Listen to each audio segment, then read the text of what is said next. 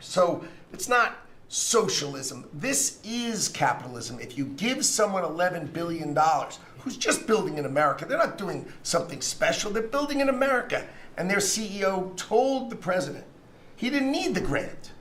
And you said, well, then why don't we get something for it? So it's amazing. You're going to watch semiconductors come home, right? We don't produce semiconductors.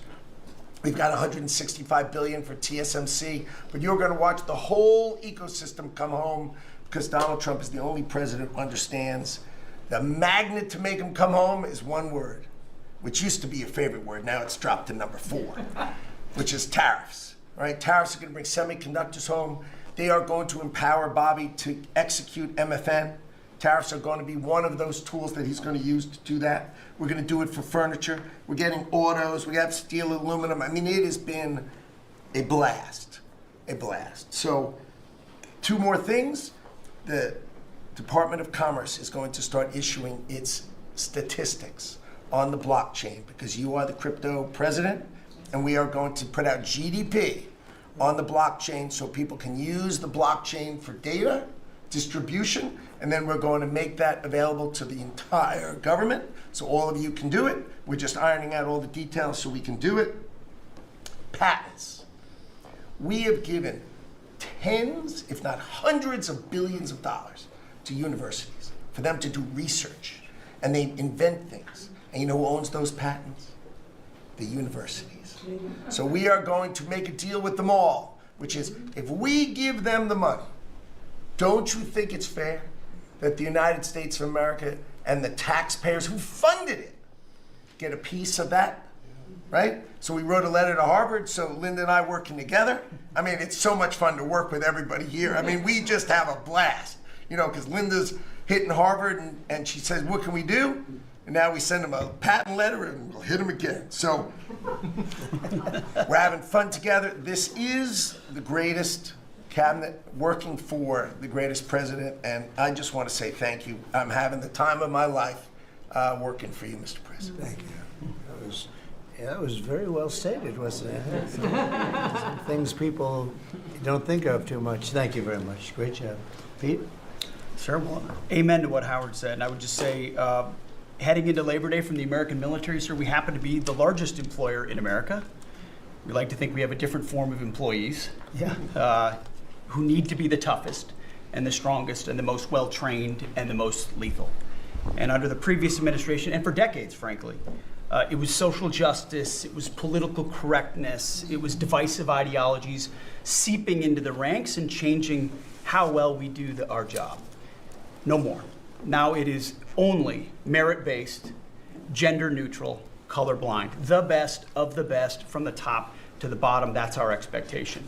And so you've enabled that. So from the troops directly, which they ask me to say all the time, thank you for your leadership, for your boldness, for your clarity, for common sense, for providing a shield for the rest of us to put America first and to apply peace through strength. We're in the strength business. That's our job, is to stand behind everybody here and alongside John in everything they do to keep the country safe. And the world is noticing. And I wish everybody could. There were 2 meetings yesterday that I think tell the story. One was, because today happens to be the 4-year anniversary of what happened in Abbey Gate in Afghanistan. Mr. President, you had the families in, who you've met with multiple times, who when the cameras were on and not on acknowledged, sir, you were the only one that gave them a proper greeting, that recognized what they gave their sons and daughters in the debacle that was the withdrawal in Afghanistan, that we will bring accountability for at the Defense Department through our investigation. That's good. But at the same time, the world sadly took notice. Whether it was Israel, whether it was Ukraine, those wars never would have started if you were president. Instead, they looked at the foolishness of Joe Biden. Under your military, your Pentagon, we are restoring deterrence. Whether it's Midnight Hammer and those beautiful B-2s, 37 hours straight, whether it's counter-drug operations in our own hemisphere, whether it's the border, working with Christie and the national security team, whether it's LA, whether it's Washington, D.C., you name it, whether it's Europe. Our allies paying 5%, now our allies in the Indo-Pacific stepping up to do the same. That's a recognition that American leadership is here. And then in the second meeting, we were talking about what we're doing in DC, and Pam's taking the lead. I have to say, just pause for a second. When I look around this table, yes, there's a national security team of Steve Witkoff and John and Scott and Howard and the vice president and Susie and Christy and Tulsi, but to every person here, we work together on a daily basis. And if you call me and I call you, if the answer is yes, how do we do it together? I think that's exceptional. It's what the American people deserve, and you've demanded that, sir. So I very much appreciate it. In that meeting on DC, I started my sentence by saying, the Department of Defense, to which you said that just doesn't sound right. So maybe next time we're here, my card will read Department of War. We'll see. But it's not, here's the thing, here's what people miss. It's not just about words. It's about the warrior ethos. It's about what the department is supposed to do. George Washington started the Department of War because he wanted us to win our wars. Our founders didn't want endless foreign entanglements. They didn't want endless contingencies and deployments. They wanted an empowered military that the handcuffs were taken off to fight to win, and then bring those troops home. So my platoon in Guantanamo Bay, our motto was, those who long for peace must declare for war, must prepare for war. We don't want war, we don't seek it. You are the peace president, sir. Because we are strong, our enemies know what we will do. And so whether it's Secretary of War or Secretary of Defense, that warrior ethos is changing. We're going back to basics. Our drill instructors can be drill instructors again, sir. So from the minute of the tactical of standards to the strategic of B-2 bombers, we're focused on what matters. Had a meeting yesterday on Golden Dome for America, which is on track to deliver strategically for the American people. Munitions, and the Deputy Secretary making sure our stockpiles are overflowing. That's our job. I'm honored to be a part of it, sir. Thank you for your leadership. That's great. I think I like Department of War better, but we'll make that decision, right? But you've been great. Thank you very much, sir. So Marco, go ahead. Well, Mr. President, first of all, everyone's made this comment already and needs to be echoed again. You were elected as the President of Working Americans, and that's why this Labor Day is so meaningful. For me personally, this is the most meaningful Labor Day of my life as someone with 4 jobs. And so,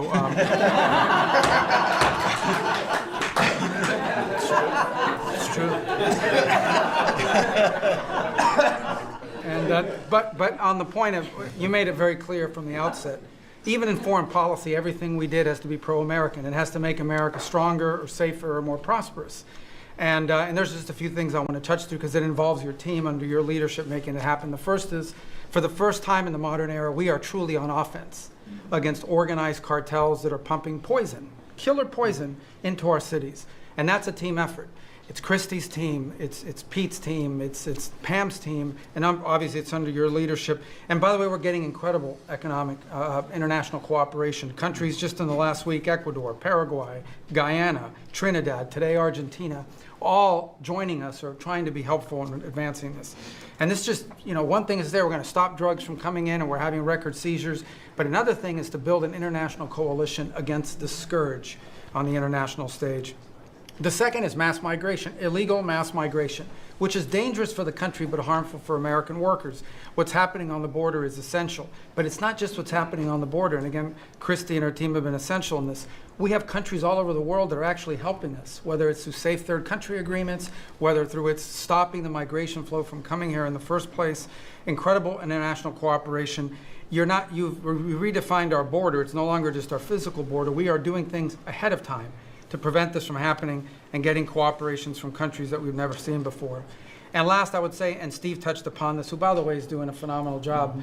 Steve is both a great negotiator and he's also a nice guy, which are two tough things to pull off together. But it's incredible. But we both work for the peacemaker in chief.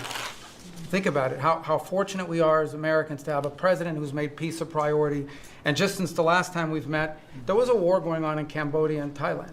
Between Cambodia and Thailand. The president just picks up the phone and tells them to stop fighting, and within 72 hours, the fighting had stopped. There's no other leader in the world that could have done it. And the fact that you were willing to spend time to do that and to make it happen is, of course, essential. And then the war that didn't happen because of Azerbaijan and Armenia coming here to sign that peace deal, which is historic in so many countries. You know how many countries said, I think it's never going to happen, it isn't possible. And it occurred, Mr. President, because of your leadership. And then on a point of personal privilege, I wasn't even going to raise it. I haven't even talked to you about this. It's a little controversial, but I think I need to bring it up at this time of year. This thing about people getting married on Saturdays during college football season is a scourge, Mr. President. It's dividing families. And I don't know if we can have an executive order on this, just saying, but it's really difficult. There's 7 other months of the year that people can get married, so I just wanted to say that because it's very, very difficult. Thank you. Fantastic. Thank you very much. Doug, please. Well, Mr. President, you've heard from around the table how people are grateful to have an opportunity to be part of this team, have an opportunity to work for you, and have an opportunity to serve the American people. And I would say as we head into this Labor Day, the thing that really differentiates you and your leadership and everybody around this table is one word, and that's respect. Because this is a group of people that respect our farmers and ranchers. We respect the people that are in law enforcement. That's a huge change. Respecting the people that are in uniform, respecting our veterans, respecting the shrimp fishermen. I mean, whoever it is in this country, people that are building our roads. This whole group embodies that sense of respect. And when we start with that, then who benefits? We come up with policies that help those people. And what have you done? You've led an opportunity for us to have the lower taxes, way lower deregulation, record amounts of investment that's coming into this country. We're going to be seeing lower interest rates. All of those things coming together is a gift to the working people. The policies are lifting everybody up. There's 140 million Americans that get up and go every day and drive to work. They commute. And one of the most obscene things of the prior administration was their energy policies was creating a hidden tax on those people. The poorer you were, usually the further you had to drive because you couldn't afford the housing if you were working at a hotel, if you're working in a service industry. We were taxing them. A hidden tax on them was the high cost of energy. You're perhaps one of the only leaders in the world that understood the connection between peace abroad and prosperity at home was directly connected to energy policy. You came in and said, we're going to sell energy to our friends and allies. We're going to bring prosperity at home through policies here by having lower energy prices. And we're going to stop funding wars abroad with energy policies that help their adversaries and hurt us. You said we're going to sell energy to our friends and allies. And with the work that Jameson and Howard and Scott and everyone has done on these trade deals, we're going to have an opportunity to have a renaissance in American energy, selling energy to the world, which is going to help bring peace abroad. But the real key thing in closing, I want to say is 2 things. One has to do with the U.S. Park Police. That's the group here in Washington, D.C. They're the oldest uniform law enforcement group in the nation. You coming out and visiting with them in person before they went out on the surge. Not only are carjackings down, muggings down, homicides down, everything down, morale is through the roof. Just like Pete saw, we've got record people signing up to want to be part of our military. You have breathed life back into the profession of law enforcement. Your respect for law enforcement is so incredible. It's making a difference. And then us giving them the tools. On a lighter note for everybody here, one of the rules that under President Trump we were able to change for the U.S. Park Police was they could do a pursuit. I was shocked to find out when we were talking to them, like, oh, you pull somebody over and they just drive away and you can't pursue them? I mean, and they said, no, we can't. They said, oh, rules. We got that rule changed in 24 hours because of President Trump's leadership. The next night, they had so much fun. They pulled people over. They started to take off. They chased them. They stopped them. And then the bad guys, some of these were in cars that had stolen plates. So they take the plate off. They steal them off somebody else's car. They know it. The plate doesn't match. They know they're doing this thing. The bad guys in the car said, What, you're not supposed to chase us. Like, you're breaking the rules. The bad guys are telling us to break. No, we're back in action. So it's like, and so the morale is high. They all wanted to say thank you to you. Yesterday, you announced increasing the number of U.S. Park Police that we're going to hire. This is the group that protects not only our sacred monuments of democracy here, but also the Statue of Liberty and the Golden Gate. This is a great group. But on behalf of all law enforcement, we say thank you. And as Chris Wright was talking about electricity, I want to close with that. We've solved amazing things in 7 months, but the big challenge we have against the remaining is, solving Iran's nuclear thing, that was an existential threat. China beating us in the AI arms race, that's an existential threat. We finally have a president who talks about it. You talked about it in your opening remarks. You've signed executive orders. You understand that essentially we used to say hundreds of years ago, people started saying that knowledge is power. But now, for the first time in history, we can take electricity and we can convert it into intelligence. So it's flipped. It's no longer knowledge is power. Power is also knowledge. And while we're ahead on the technology, we're way behind China on the amount of electricity they're bringing online. And your strong position to support affordable, reliable energy using our nation's resources, including those across the Department of Interior, bringing back coal mining, bringing back mining, bringing back timber. All the industries that have been killed in this country are coming back to life because of you.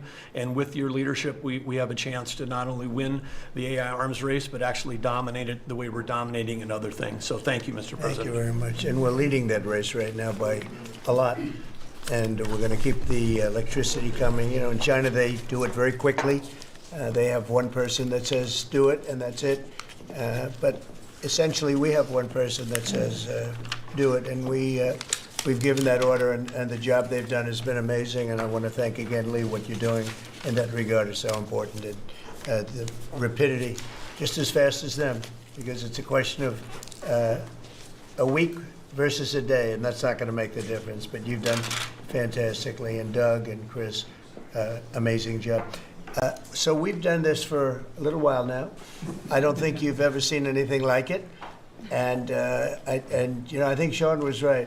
These guys that are holding these up, if you ever try holding your hand out for 2 hours, that's a long time. These are pretty strong characters. You've been doing that a long time, I guess. Congratulations. Are you getting tired? Are you getting tired? I'm looking at these guys. They look like they have no problem. It's amazing, actually. It's I think they would have beaten you guys in the test. So I want to thank you. If you want, you know, it's been a long time. If you want, we could go in and we can call it a day. And feel free then to ask some of the questions here.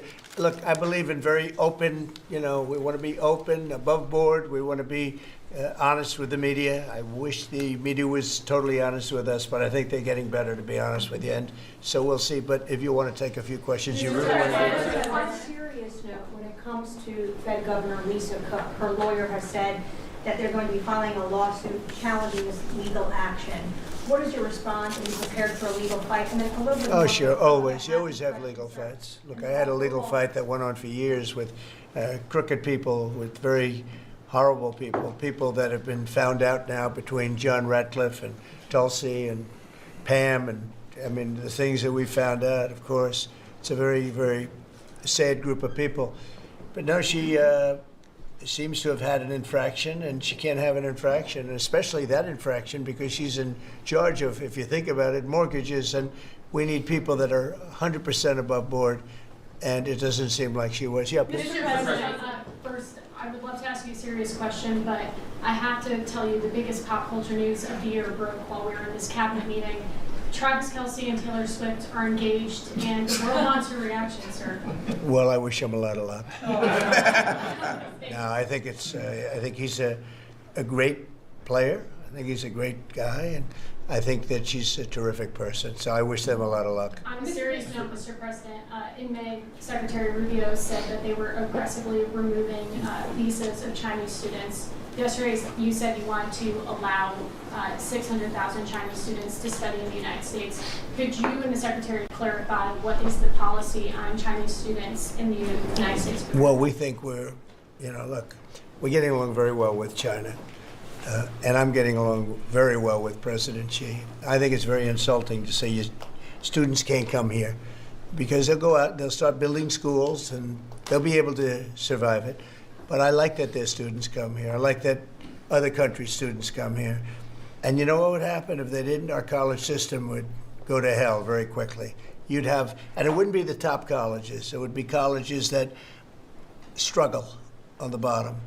And you take out 300,000 or 600,000 students out of the system. I like having, and I told this to President Xi, that we're honored to have their students here. Now, with that, we check and we're careful and we see who's there, and Marco wants that. We spoke, we're in the same position. But we have a tremendous college system, the best in the world, nobody even close. That's why China sends them here.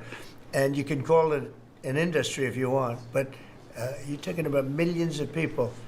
And I'm honored to have the students from China come here. And we're just getting along very well with China. And It's a different relationship than we had for years, where they took hundreds of billions of dollars, just sucked it right out of our country. They respect us again. I respect them. The relationship is very good. I think it's important that these are two very major powers, nuclear powers at that, but two very important powers. You know, when I get along with Putin, when I get along with President Xi, when I get along with these people, that's a good thing, not a bad thing. We're tough and we're smart and we're strong. We get along. It's a lot better than not getting along. You had somebody in here before. The war should have never started with Ukraine and Russia. It would have never started. And Putin said that himself. President Putin said that himself. So we want to see college students come in from countries. There are some countries that we can't necessarily say that. These are places that have ideologies that we can't live with. So there are some areas, some countries that we can't say that. But we're honored to have the students come here. Please. Yeah, please. Yesterday you said that within 2 to 3 weeks we'd have a conclusive, pretty good conclusive end to the war in Gaza. What did you mean by that? And could you tell us On what? in the war in Gaza? Yeah, what about it? You said in 2 to 3 weeks we would have a conclusive end, a pretty good conclusive. There's no conclusive. It's been going on for a long time. You're talking about, I guess if you really add it up, Steve, you're talking about thousands of years, okay? It's been going on there's nothing conclusive, but hopefully we're going to have things solved very quickly with regard to Gaza and also with regard to Ukraine and Russia. Mr. President, who are you considering for the replacement to nominate for Lisa Cook, and what economic background or history are you? Well, we have some very good people for that position, and I think we have some very good people. We're down to, I think I maybe in my own mind have somebody that I like, but I deal with Scott and I deal with Howard, and we're dealing with a lot of people actually that are going to be involved in that decision ultimately. It's a very important decision. As we see, I got a bad recommendation when I went with Jerome Too Late. You know, he's too late. His nickname is Too Late, costing us a lot of money, hurting the housing. Our housing industry is good, but it could be phenomenal. Most of this country, in economic terms, has been phenomenal. We've never seen anything like it. Because of him and his high interest rates, the housing is less than it could be. We're going to get that straightened out very quickly. He gets out very quickly, fortunately. He's been the wrong guy. Not a bad person, I don't think, but I do think he has motives, by the way, but I don't consider him. I've dealt with worse. But he hasn't done the job. The recommendation from a certain person was not a great recommendation. That person vouched for him, but we're doing a very careful study. We'll see what happens. Look, we just put a very good man in one position. We might switch him to the other. It's a longer term and pick somebody else, but we're very happy with the person we have in there. And we'll have a majority very shortly, so that'll be great. Once we have a majority, housing is going to swing, and it's going to be great. People are paying too high an interest rate. That's the only problem with housing. We have to get the rates down a little bit, and when we do, it's going to be a tremendous difference. The country is doing so well. It sort of blows through the fact that we have a man who's too late and not doing a very good job. Please, in blue. Mr. President, regarding crime in D.C., something that might help, especially ladies, is being able to carry. I know you talked about reciprocal carry. Would you like for that to apply here in Washington, D.C.? When you say carry, I assume you're talking about carry what we're talking about, right? In other words, carry a gun. Is that right? Would you like to carry a gun? I would like to, yes, sir. You'd feel a hell of a lot better, right? I absolutely. I agree with you 100%, okay? Okay, great. But I'll tell you, within another couple of weeks, it's hard to believe what's been accomplished in 12 days, but within another couple of weeks, you won't have to carry. You're not going to have to carry. You're going to be safe. People are safe now. The turn has gone fast. I knew it was going to go fast, but this turn has gone really fast. And within a month or two, this is going to be one of the safest places in the country. I have no doubt about it. And we'll do an extension. We'll work with Congress, or I could declare an emergency, but I don't think that's going to be necessary. We'll work with Congress. We're going to be working with Congress. I spoke with our great speaker, and I will be speaking to John Thune, and we're getting tremendous support from Congress, especially maybe here. Everybody wants to see our Capitol be great. could say be great again. You know, it's such a beautiful place, but if you have crime, nothing looks beautiful. So, but you won't need to carry a gun, but if you do, Well, I would like it's to going to be know your the choice. option, just in case. Well, a lot of Sure. people feel that. Also in other blue cities, you've got Karen Bass in Los Angeles, Brandon Johnson in Chicago. It seems to be very popular here, the fact that people can walk around, go to restaurants, shop, and Yeah. not have to worry about their safety. If blue city mayors oppose those efforts in their cities, do you anticipate that Democrat voters are going to take it out on them at these? I think so. I think that crime is going to be a big thing.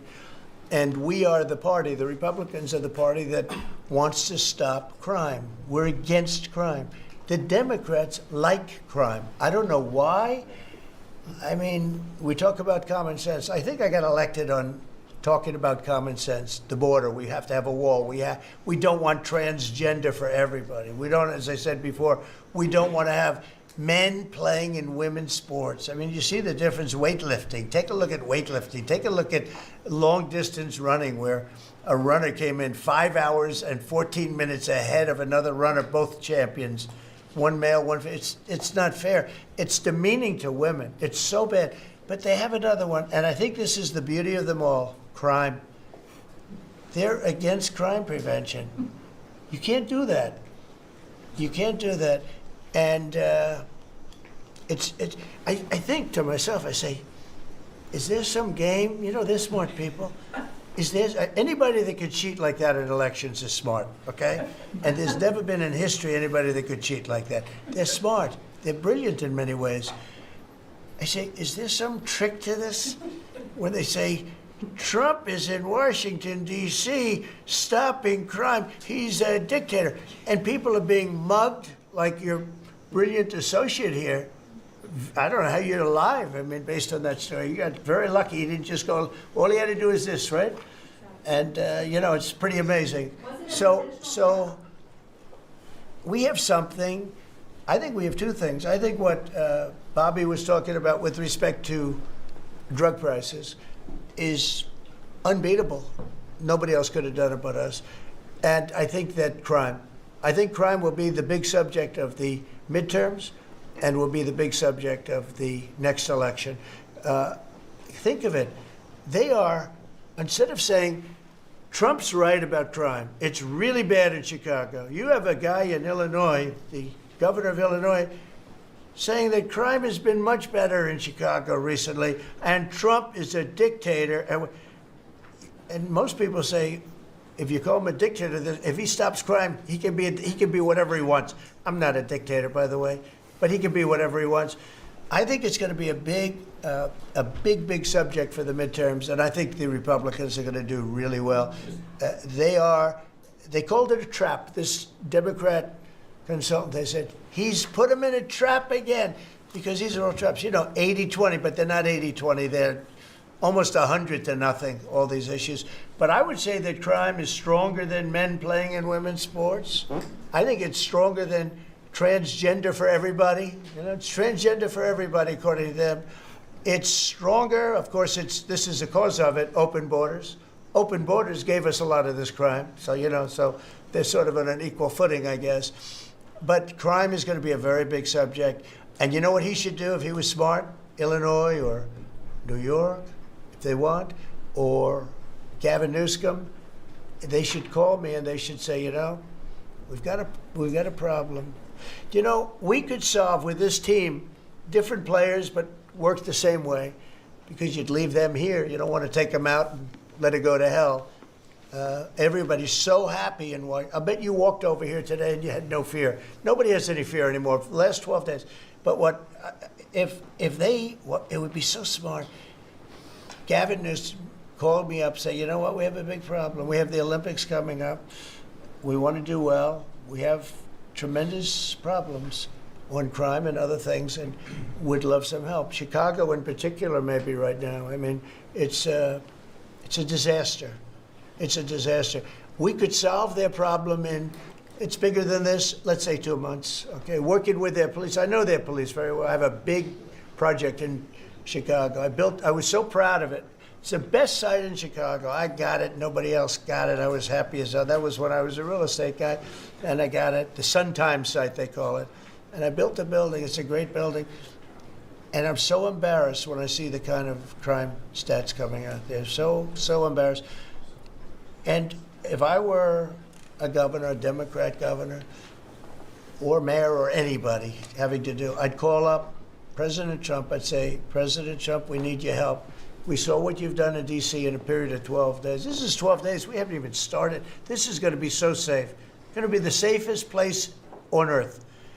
And we'll do the same thing in Chicago.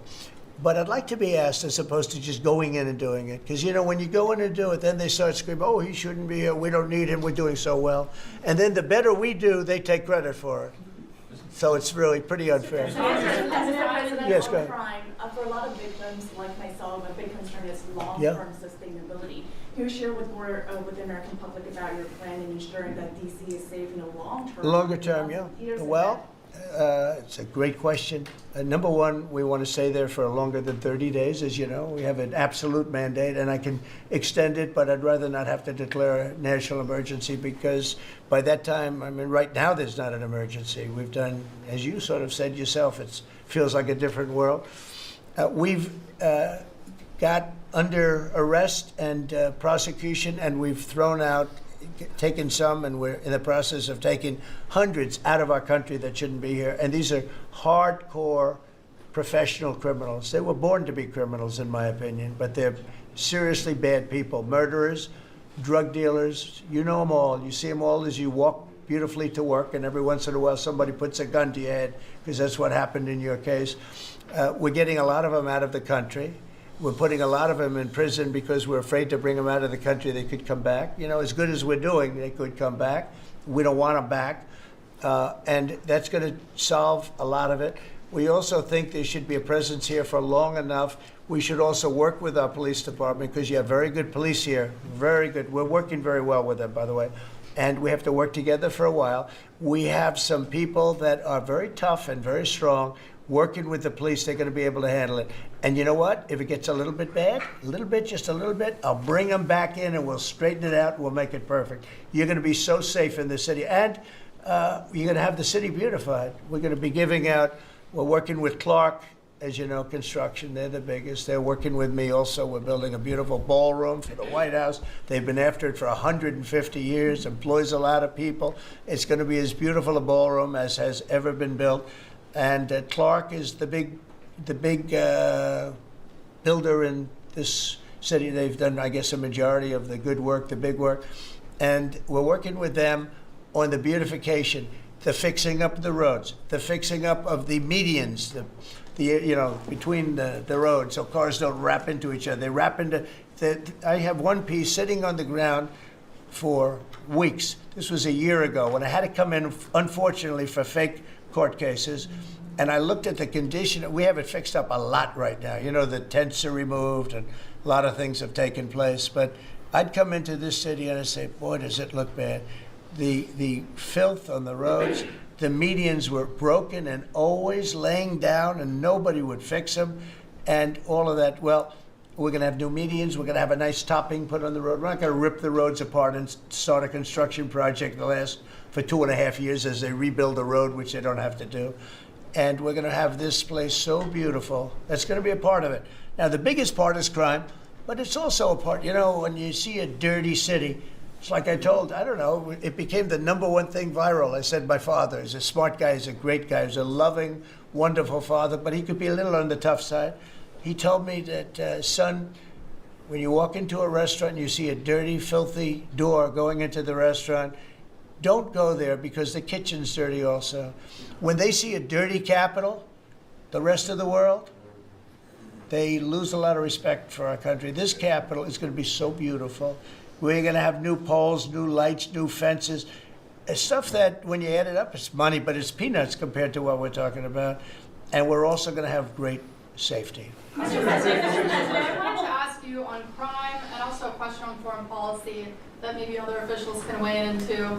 And on crime, Iris shared her story, and you mentioned, about people going That to was dinner. a terrible story. Because I'm just amazed she's here.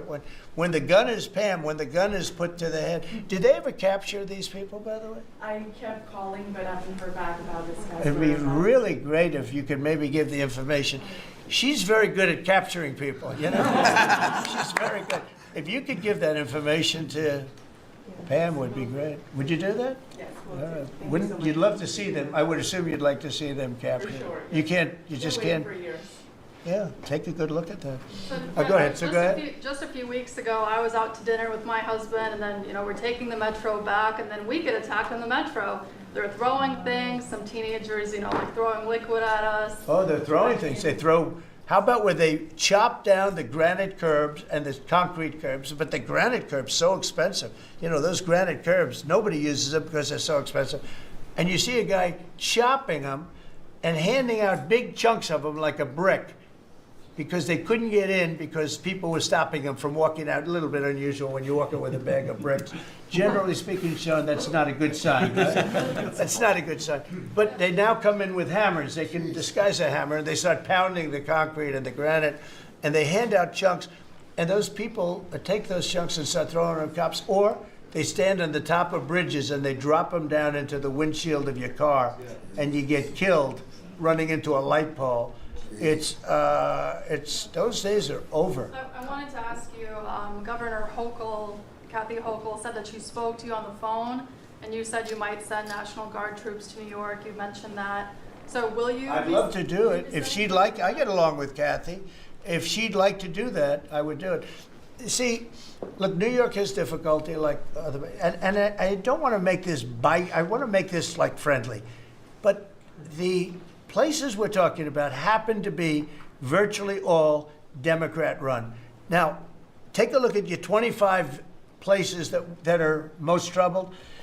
Everyone, except maybe one, and it's way back in number 24 or 25, but essentially 25 out of 25 are run by Democrats, and cashless bail was a disaster. When they did that, and I believe it was instituted first in New York, but when they did cashless bail, that was a tragedy for this, because that's when it really started getting bad.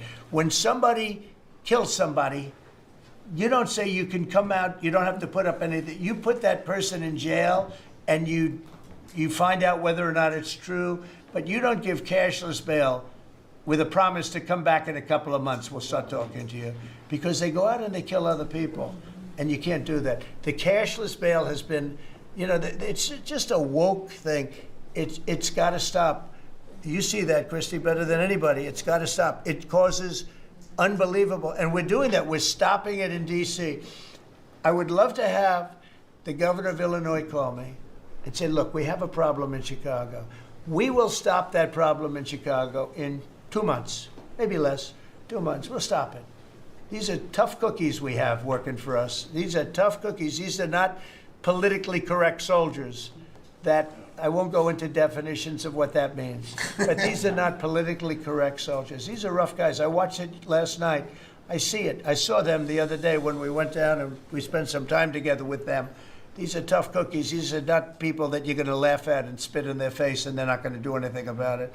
And these people, they're afraid. These gang members who are bad people too. These are bad. These are just bad people. Ours are bad, but they're bad in a good sense, right? You don't understand that, Scott? And we can solve Chicago in 2 months. Now, then, as per your statement before, we have to keep it going, and we'll be able to keep it going. The first thing you have to do is get it down.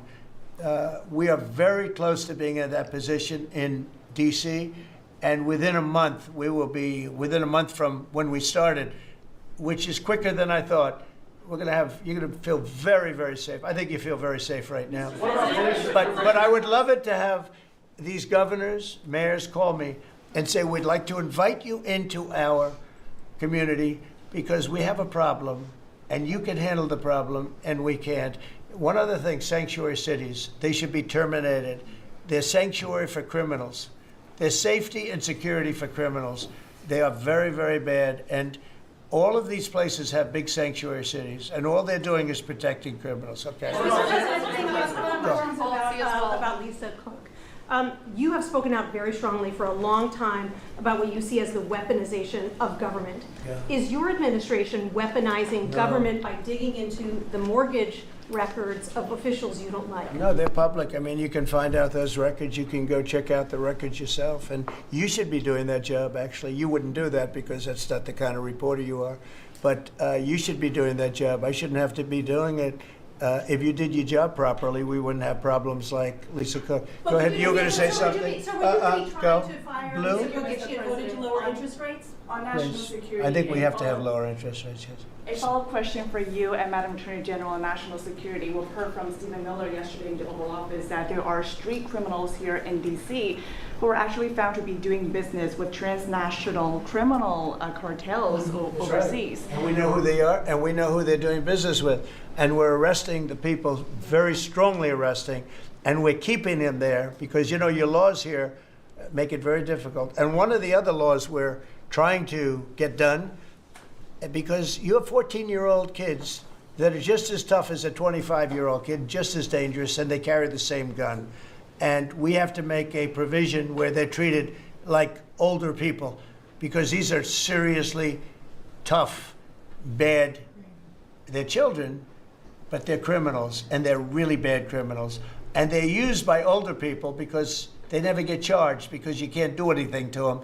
But we are getting that changed, Pam, I hope, because you have 14-year-old kids that are evil, they're sick, and they have to be put away. Something has to be done because you can't have a society where they're allowed to walk the street. You know that better than anybody. Mr. President, on your way to Alaska. I can't believe it. You're not tired holding that? Look I have at a this. few more questions. How strong are you? How strong are you? Look at him. He's been holding that thing for 3 hours.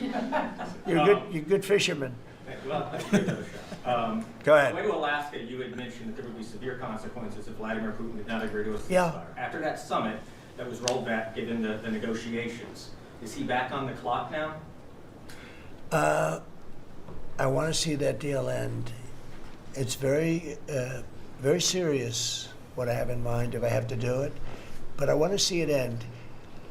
I think that in many ways he's there. Sometimes he'll be there and Zelenskyy won't be there. You know, it's like, who do we have today? I got to get them both at the same time.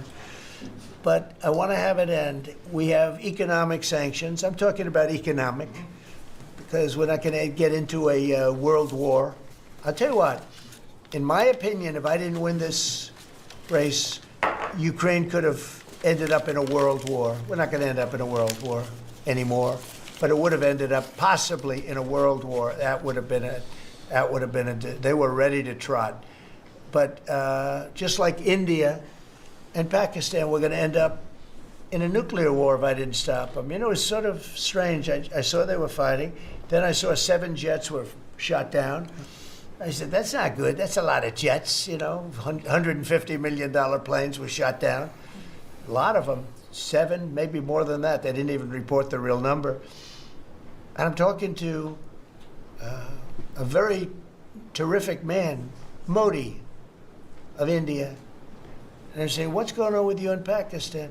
Then I'm talking to Pakistan on trade. I said, what's going on with you in India?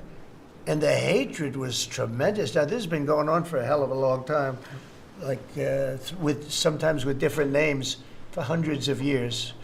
But I said, what's going on? I said, I don't want to make a trade deal. No, we want to make a trade deal. I said, no, I don't want to make a trade deal with you. You're going to have a nuclear war. You guys are going to end up in a nuclear war. And that was very important to them. I said, call me back tomorrow, but we're not going to do any deals with you, or we're going to put tariffs on you that are so high. You were there, Howard, right? Yep. You're going to put tariffs on you that was so high, I don't give a damn, your head's going to spin. You're not going to end up in a war. Within about 5 hours, it was done. It was done. Now, maybe it starts again. I don't know. I don't think so, but I'll stop it if it does. We can't let these things happen.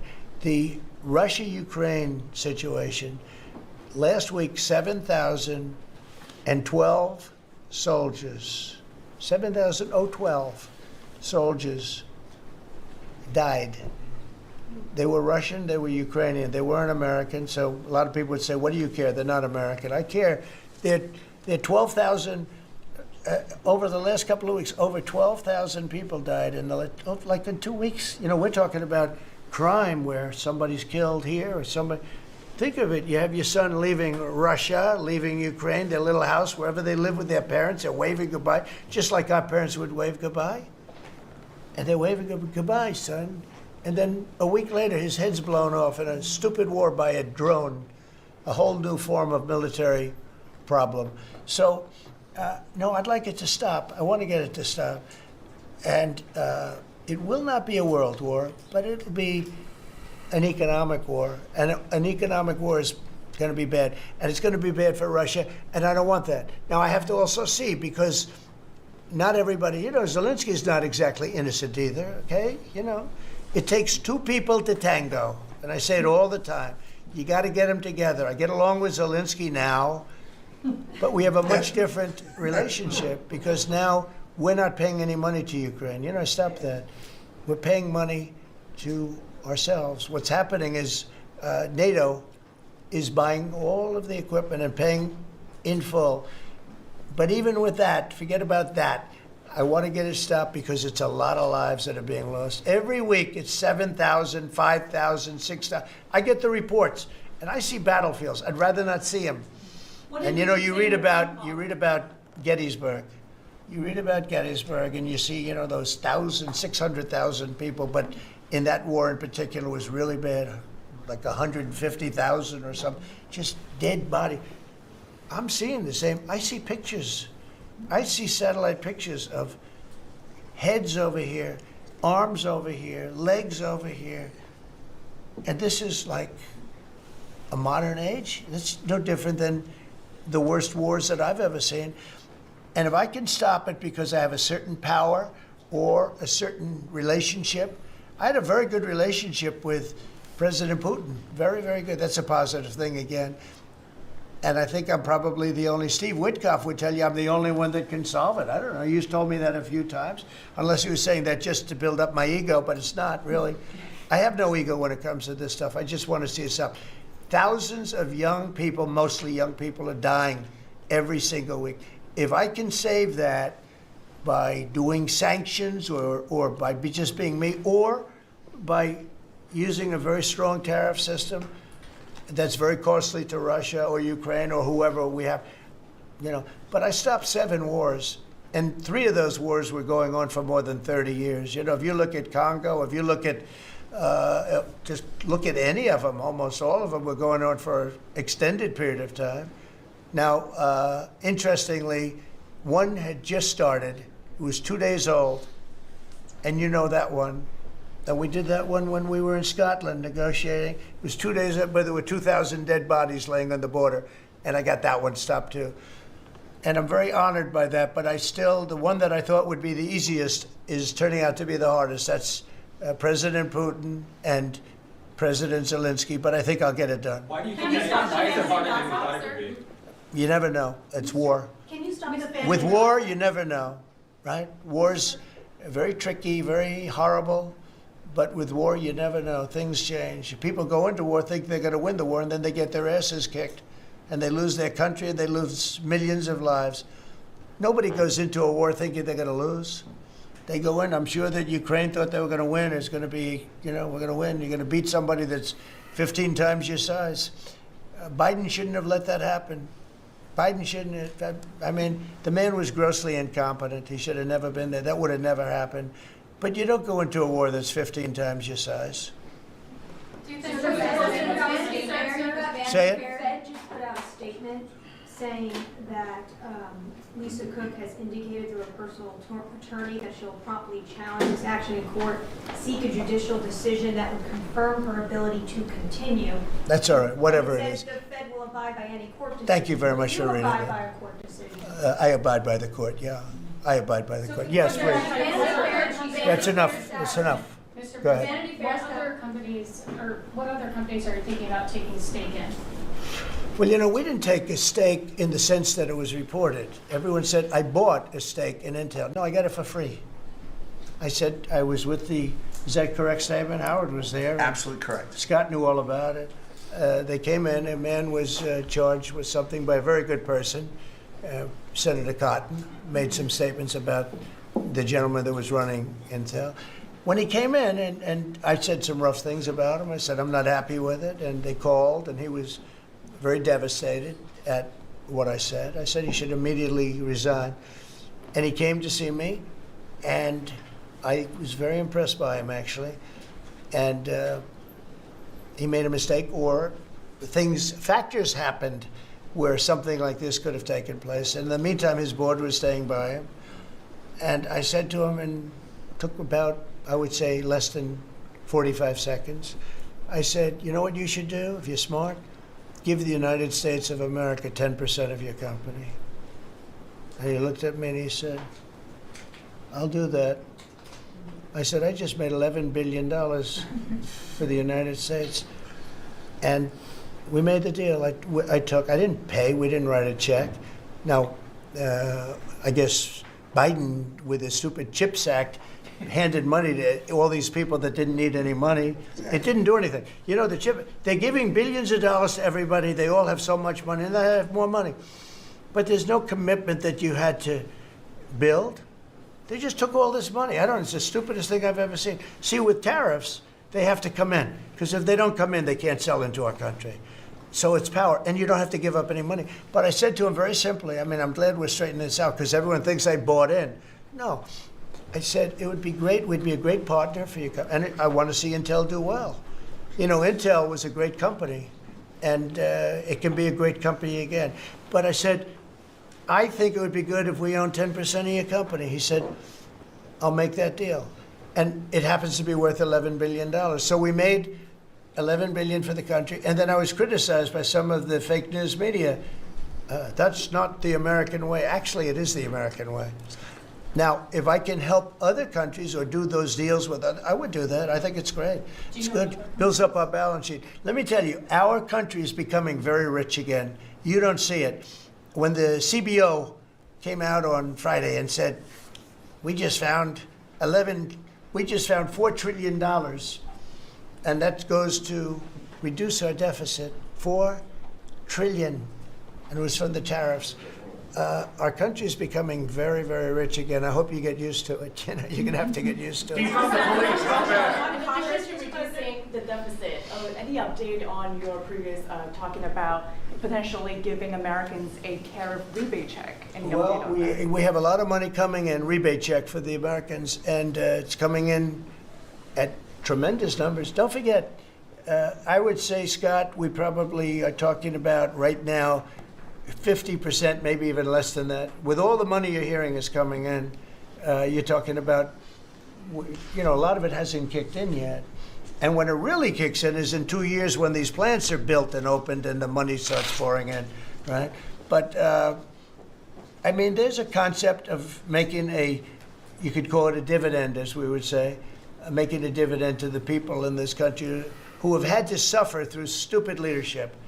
And they paid a lot of taxes, and they got nothing for it. Or they got attacked like you were, okay, for it. No, there's a possibility. Primarily, we want to pay down debt, but there's a possibility that we take a piece of it and make a dividend to the people. Mr. President, I have a question for Steve Witkoff, if I may. Yeah. This past weekend, Sergei Lavrov was saying that Putin will not sign a peace deal with Zelenskyy because Russia views him as illegitimate. I'm just wondering if the Russians had been relaying this to your team, if they view Zelenskyy, as a leader worth signing a peace deal with, if they will go to the table. Doesn't matter what they say. Steve can answer, but I can answer it too. Doesn't matter what they say. Everybody's posturing. It's all bullshit, okay? Everybody's posturing. Steve, do you have a different answer? I agree with you, sir. In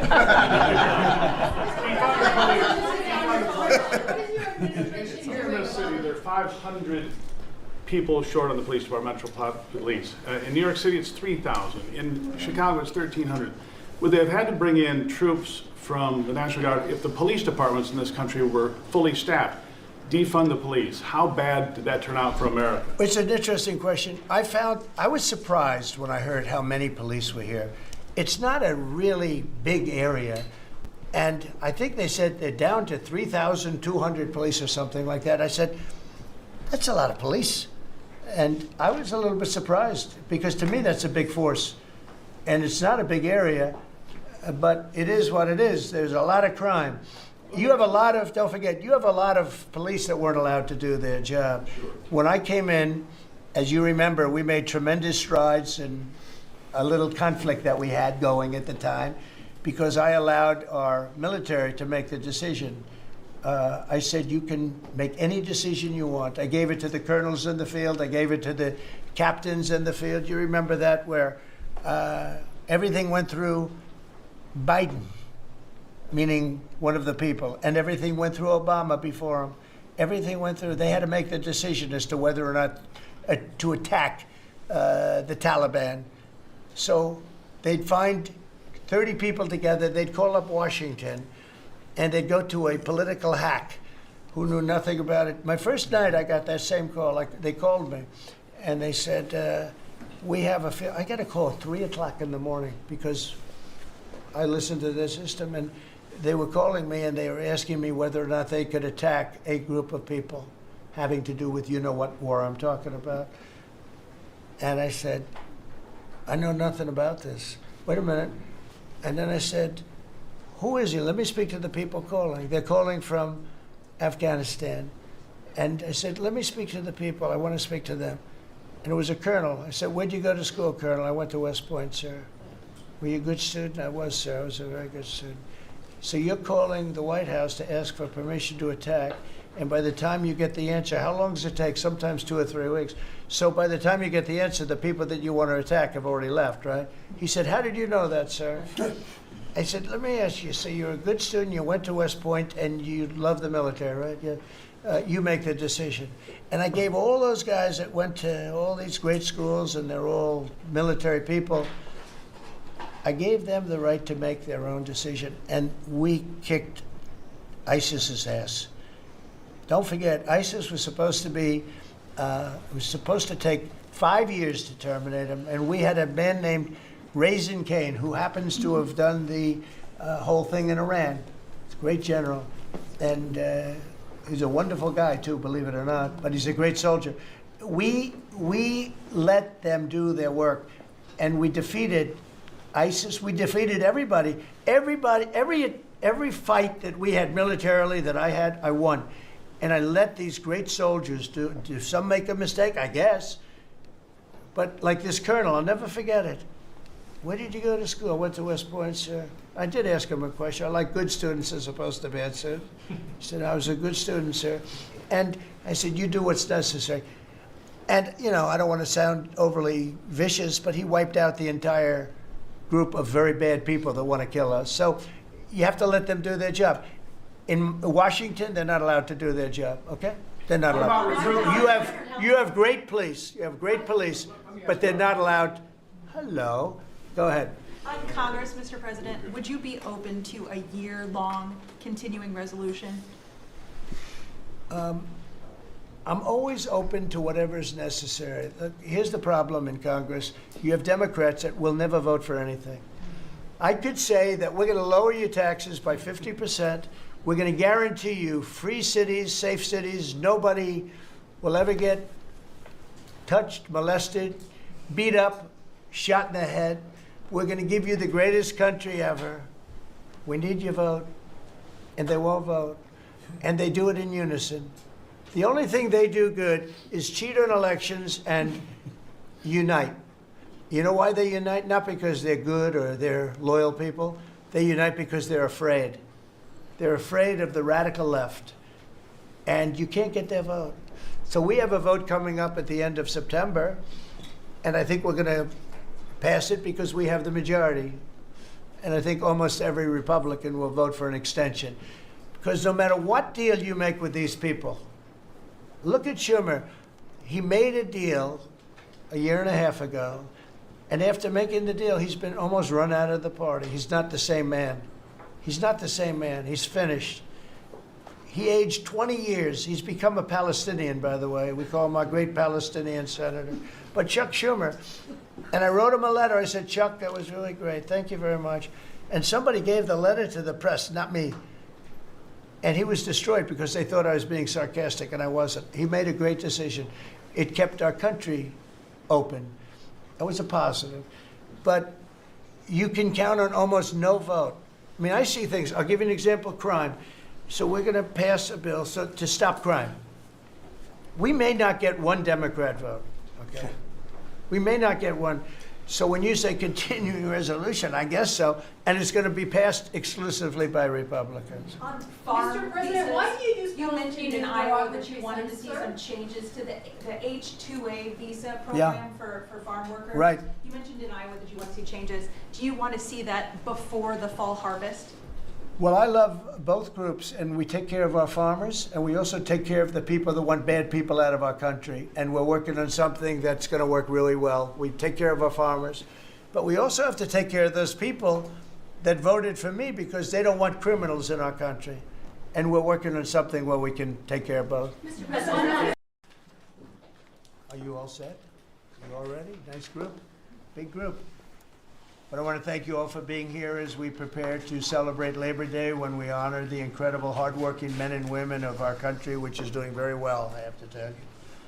Every policy of the Trump administration is designed to lift up the American worker, promote great-paying blue-collar jobs, and to rebuild the industrial bedrock of our nation. It's also obviously for great defense. We have the greatest military in the world. We rebuilt it largely in my first term. Some of it was stupidly given away to Afghanistan. For what reason? Nobody can figure that one. But it was still a relatively small amount of what, if you compare. The concept of what they did, however, is just incredible. But the country is doing well. We're respected all over the world like never before, probably. We went to NATO, as you know, and they went from 2% to 5% of GDP. Nobody expected that, and the difference is they didn't pay the 2 and they paid the 5. So, and as you know, we are selling a tremendous amount of equipment to NATO. We're not spending any money, we're making money, but I don't want to talk about making. I want to talk about we're no longer involved with funding Ukraine, but we are involved with trying to stop the war or the killing in Ukraine. So we're selling missiles and military equipment, millions and millions, and ultimately billions of dollars to the NATO people, where I'm very friendly and we have a great relationship. But that was an amazing trip. So they're funding the entire war. We're not funding anything. I think it's an important point to make, because a lot of people don't understand that. And we will continue to do that, and we're trying to get as much as we can for them. They want the American product. The American military product is by far the best in the world, and that's what they want to get. They have lots of options, but that's what they want to get. So the factories are doubling up and tripling up where they make the Patriots and other really, you could say, defense and offensive weapons. The wages for blue-collar workers are now rising at the fastest rate in 60 years, which is so important to all of us around this table. The average American worker has already seen a $500 wage increase this year, and there's no inflation, because there's been decreases, tremendous decreases, with thanks to Doug and Chris, some of the people, the great job they've done with energy. Thank you very much. And Chris, thank you very much. I see you down close to $60 a barrel, and you'll be breaking that pretty soon, and that has a huge impact. So we have groceries are down, energy is way down. Energy is way down. It was $4 and $5 for a gallon of gas. Think of that, for gasoline, and now it's probably $2.25. There are some places it's $2. It broke $2 at a couple of locations in the South. In places like California, where they charge such high taxes, it's higher, but it's still much lower than what it was a year ago.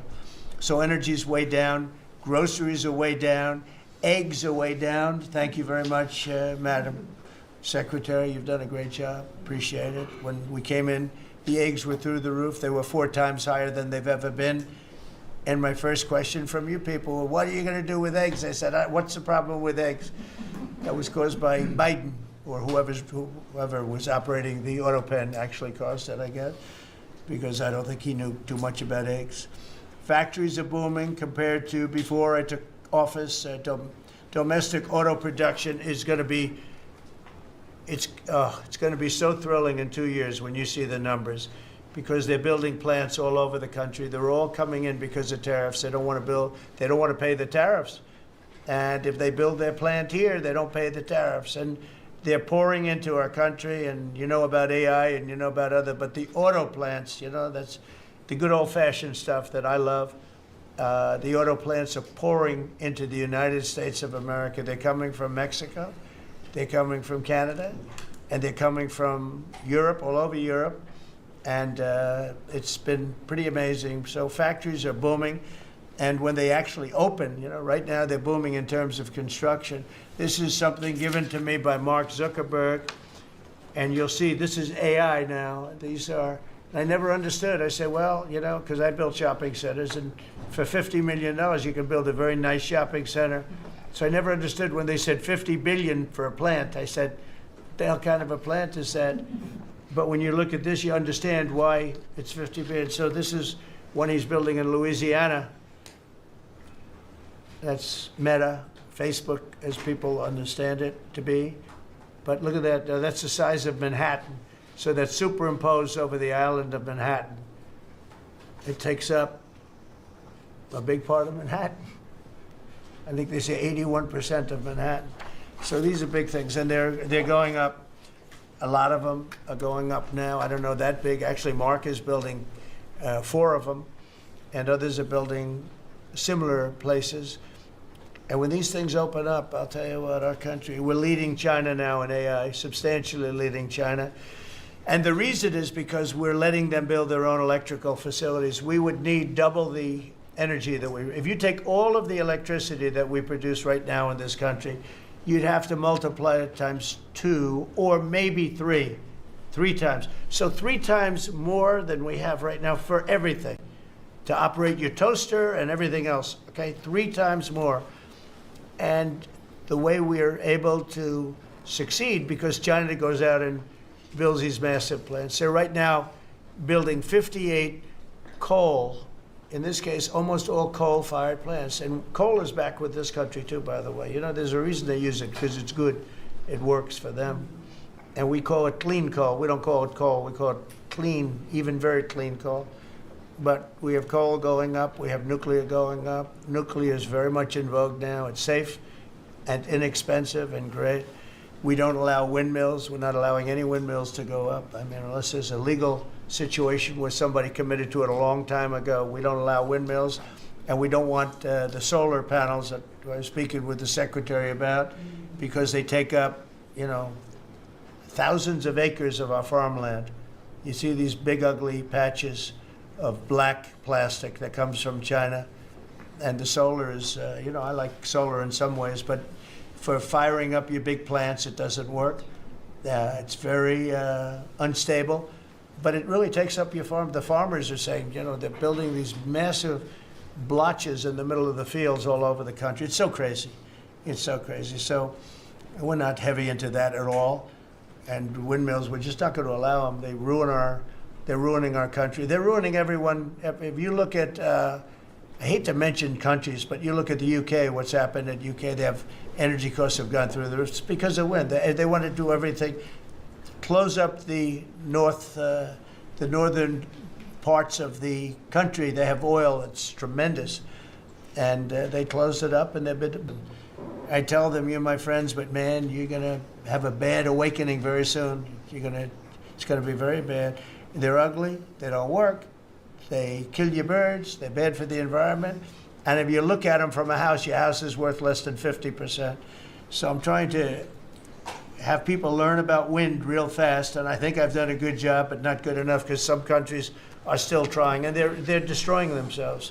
Those are countries that are really destroying themselves. I hope they get back to fossil fuel, because right now, Chris, whether we like it or not, fossil fuel is the thing that works. And then you can add nuclear with it and other things, but fossil fuel is what works if we're going to fire up those big monster factories. But if you look at comparing everything before I took office, domestic auto production is up 18,000 cars a month. And we haven't even started yet, because a lot of these plants aren't built. It's up 18,000 because Ford, General Motors, and a couple of others, Stellantis, they're taking their existing plants and they're, as quickly as they can, they're adding on to them. So when their plants open, because they're building big, modern, beautiful auto plants, but think of that, we're up 18,000 cars a month, and essentially all they've done is try and utilize their space correctly as their big plants open up. It's going to be, I hope they remember that it was this way. I hope this table gets a lot of the credit for what's happening. It gets all of the credit, because this would have never happened. We were going out of business in every way. We were losing. All the car plants were leaving this country. Now they're all coming back in, and they are coming from Canada, and they are coming from Mexico, but they're coming from Germany. They're coming from all over the world. Domestic steel production is up by 100,000 tons of steel a week. We have a 50% tariff on steel, aluminum, and various other things. Copper just got brought into the picture, and that means people are going to want to make steel here. We just made a deal with U.S. Steel. As you know, we have an outside company come in, spend $17 billion on building new plants, new everything. It's great, and it stays right here in America. So we're doing amazingly well on steel, and domestic oil production is up by more than 300,000 barrels a day. That's a lot of barrels, and you're going to be talking about that in a second, I think, Chris and Doug.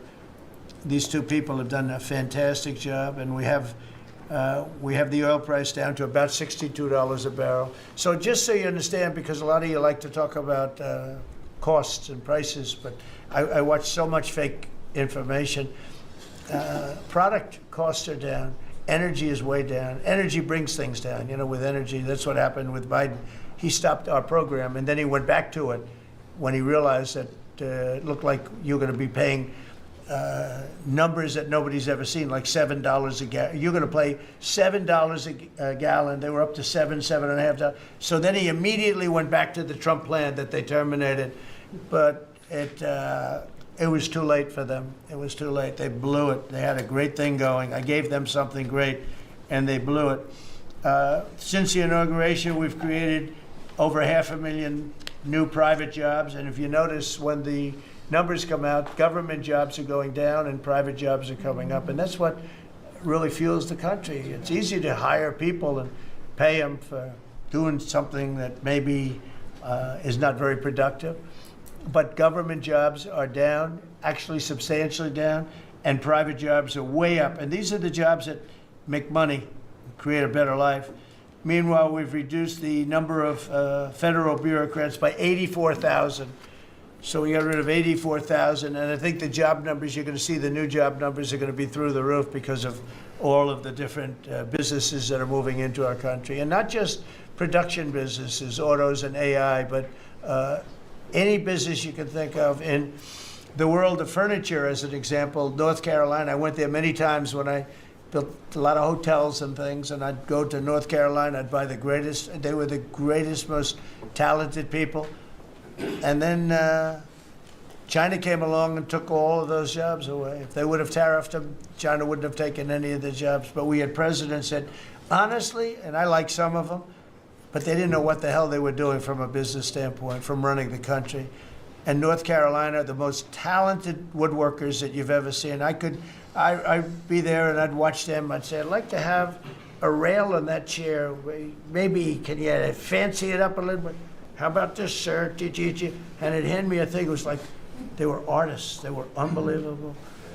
And that business was stolen from us by others, not only China, but by others. All of a sudden, you're ordering your furniture from China. It was not even close to being as good, but they couldn't compete with it. If we would have said it costs 100% or 200% tariff, you wouldn't have lost one job. It's so sad. But we're going to rebuild North Carolina furniture and other places, South Carolina too, to a lesser extent. They make furniture. But furniture, we're going to put a very substantial tariff on. We've already announced it. It'll be done pretty quickly.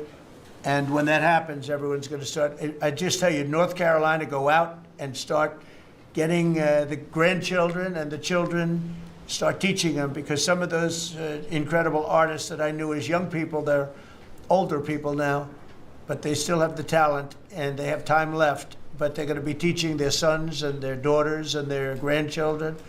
And it's going to be a beautiful thing to see. It's going to happen like magic. It's going to happen without question. It's not like, gee, I hope it happens. It's going to happen. The results of Ford that just announced it's going to create 4,000 new jobs, American jobs. Hyundai, 14,000 jobs. General Motors is moving production of the Chevy Blazer and Equinox from Mexico back to the United States where it belongs. Don't forget, we lost 55% of our auto production over the last 35 years. 55%. We were the auto capital of the world. Like there was nobody even think about challenging us. We lost 55% of it to Mexico, Canada, China, a lot to China, and other countries. And it's all coming back. We will be bigger. A couple of years, we'll be bigger than we ever were. We'll be more dominant. We'll be bigger. We make great product, too. We're starting to make really great product. We're going to be bigger than we ever were. We're going to be at the level that it was when we were the only one that really, we sold to the world. And we're going to be back selling to ourselves and other parts of the world. It's not going to be the same, but it's going to be equally as important as it was in the heyday 30 years ago.